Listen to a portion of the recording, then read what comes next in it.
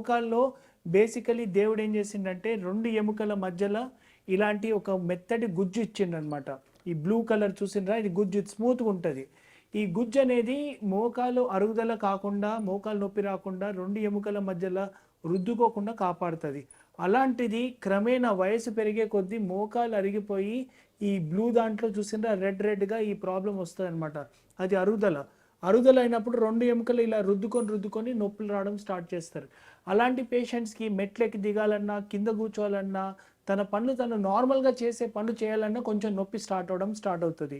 ఇలాంటి పేషెంట్స్ ఎవరు ఉంటారంటే 50 నుంచి 65 సంవత్సరాల మధ్యన ఆడవాళ్ళు, ఎస్పెషలీ వాళ్ళ ఇంటి పనులు, హౌస్ హోల్డ్ వర్క్ చేయడంలో వాళ్ళకి ఇబ్బంది కలిగే అలాంటి పేషెంట్స్ ఇలాంటివి స్టేజ్లో నొప్పులు అనేవి స్టార్ట్ అవుతుంది.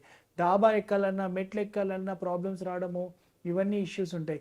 ఇలాంటి పేషెంట్స్కి మనము మందులు ఎలాంటివి అంటే నొప్పి మందులు, ఫిజియోథెరపీ అండ్ గుజ్జు పెంచే మందులు అనేది చెప్తాం అనమాట.